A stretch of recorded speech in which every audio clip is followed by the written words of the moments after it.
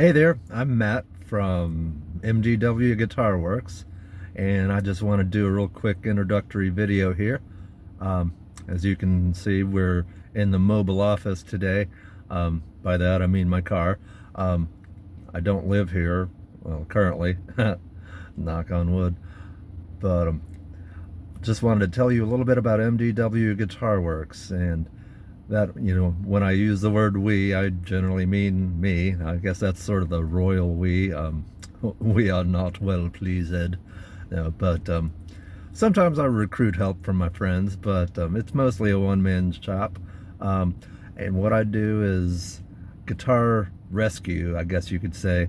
I find guitars that are in bad shape, at yard sales and pawn shops and leaning up beside dumpsters, and I fix them up so that they're playable and hopefully better than playable. They're, decent quality instruments. And then the magic happens. That's when I decide to apply my strange, weird visual artist sort of obsession to them and turn them into actual works of art that are not just playable and don't just sound good, they also look something special and hopefully are something that you or a loved one will treasure forever. And oh, hey there, guy. That's my neighbor, I guess. So a little about me. I'm Matt David Worsham. Yeah, three names like a serial killer or something. But that's me, Matt David Worsham. I'm a singer-songwriter and musician and visual artist, painter, sculptor, and basic weirdo about town. And one of my passions is fixing up guitars and other musical instruments, but mostly anything with strings.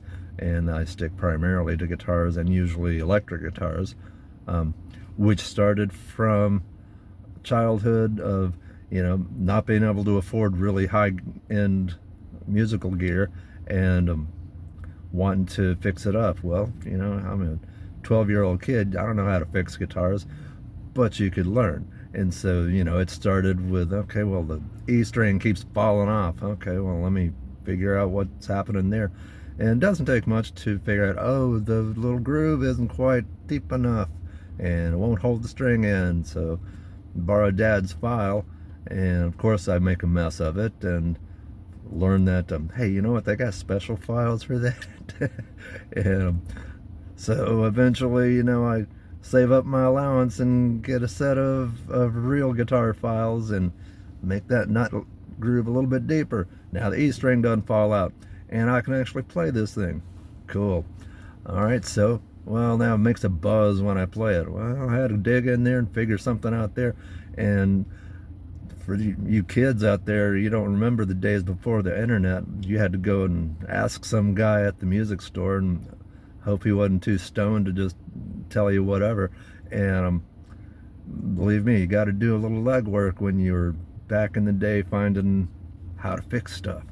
Nowadays, there's a lot more information, so I recommend that you avail yourself of that information, and I guess I include myself among it too. So you got a buzz in your guitar when you got it plugged into the amp. Well, lots of things could be happening, but more often it's going to be one or two things, and usually it's the one. It's usually something to do with it's not grounded right. So what's grounding? So you got to figure that out. Okay, well, back in the day I could go Radio Shack and ask the old dude with the hair growing out of his ears, and he'd tell me, oh, well, that sounds like a grounding problem. And I figured, oh, by the way, I got to buy a soldering iron and some solder. And by the way, Mr. Radio Shack man, can you tell me how to use this thing? So, you learn things. And I don't consider myself to be a certified, bona fide luthier or guitar tech or even really a repairman, because everything that I've learned has been just basically shade tree, figuring it out as I go. Now, I've been figuring it out as I go for about 40 years now, so I know a few things, and I know enough not to try some kind of repair job that is over my head. Usually it's because it needs equipment that I don't have, and I'm not going to try something with equipment that I don't have.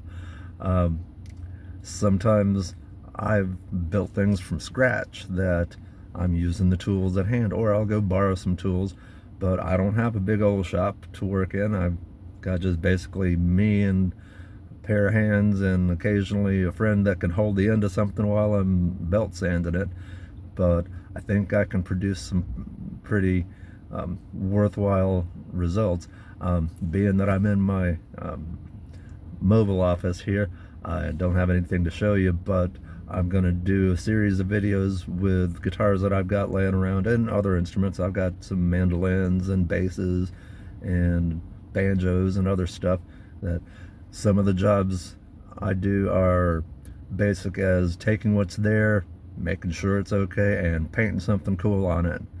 So, simple as that. Other things, I can cut a chunk out of it, put some LEDs in there, paint it all freaky and weird, have some metal bits sticking out this way and that, actually turn it into something pretty weird and wild, and everything in between. And everything I show you on this channel is for sale, and I'll tell you a little bit about, and I'm not here necessarily to sell you anything. If you want to buy something, that's cool, but that's not the real gist of why I'm doing this.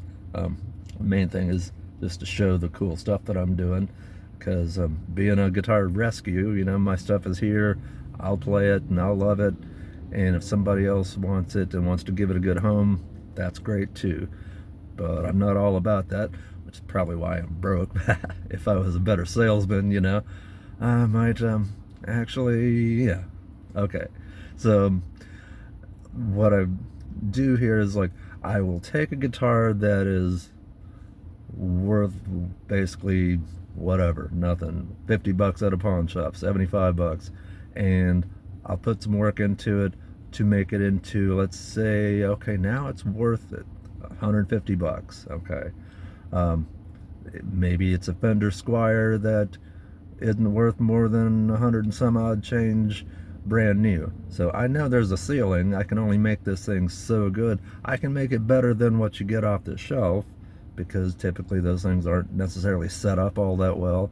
And so, I'll put a little time into making sure that it's above average for what it is. I can't change the type of wood it's made of. I can't change what the frets are made of, but I can check them out, make sure that the frets feel good, the intonation is right, everything's lined up right, the electronics all work right, so it's in effect better than what you would get just off the shelf. So okay, I got this guitar, didn't cost nothing, or 20 bucks at a yard sale, and now it's worth just a tick more than what it would be off the shelf brand new. Okay, well, make some progress there. Then we got the core of what you got. It's a $150 guitar now.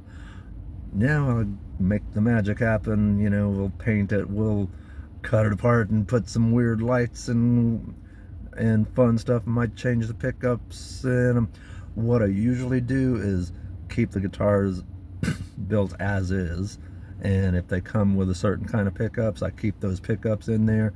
The fretwork, I'll clean it up, I'll even it out, make sure that everything is good. If there's wear on it, I'll try to improve that so it's evened out. I'm not going to sink a whole lot of time into restoring something if it can only be restored up to a certain point. I'll be totally honest with you there. What's the term? You can't polish a turd. So I'm not going to tell you something is something it's not. If it's a guitar that max is worth $150, that's going to be the core of it. But if I go and, let's say, paint a reproduction of Vincent van Gogh painting on it, okay, well, then we're getting into something different. And that's going to take me a certain amount of time and a certain amount of material. And honestly, how many people do you know can paint Vincent van Gogh on your guitar? Well, not many. I'm one of them, but I don't know many other people like me, which is probably a good thing in the scheme of things. So that's going to be a different amount that we're talking here. So let's say we had a $150 guitar that's a nice playing guitar, it's good quality, and it's got custom artwork on it that I painted with my own little hands and brain. And so depending on what you got going in, that could be another couple of $100. All right, so the $150 guitars now, closer to $350, which I think is pretty good. If I spend the entire weekend putting the paint job on there, yeah, well, that's fair. I got to pay the rent man too. And so, we can ship it to you. And domestic shipping in the continental U.S. for guitars averages around $150. You're not going to do much better than that. And, part of that too is the packing materials, and I'll pack them up real nice and get it to you all squeaky clean and good as new. But it's about $150. If you're local to the Tampa Bay area, I could drive out to your house and drop it off, or meet you at Wing House or something and drop it off. I don't go to Wing House that much, that's, yeah, whatever. But meet you where you want. I mean, could be the parking lot of the Costco or something. But so that'll save you a little shipping. But let's say our hypothetical Van Gogh parts caster.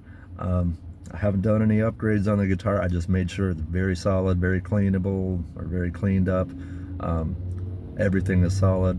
Painted Van Gogh on it, and I shipped it to your home in Portland, whichever Portland you want. There's more than one Portland, but the groovy West Coast one, let's say.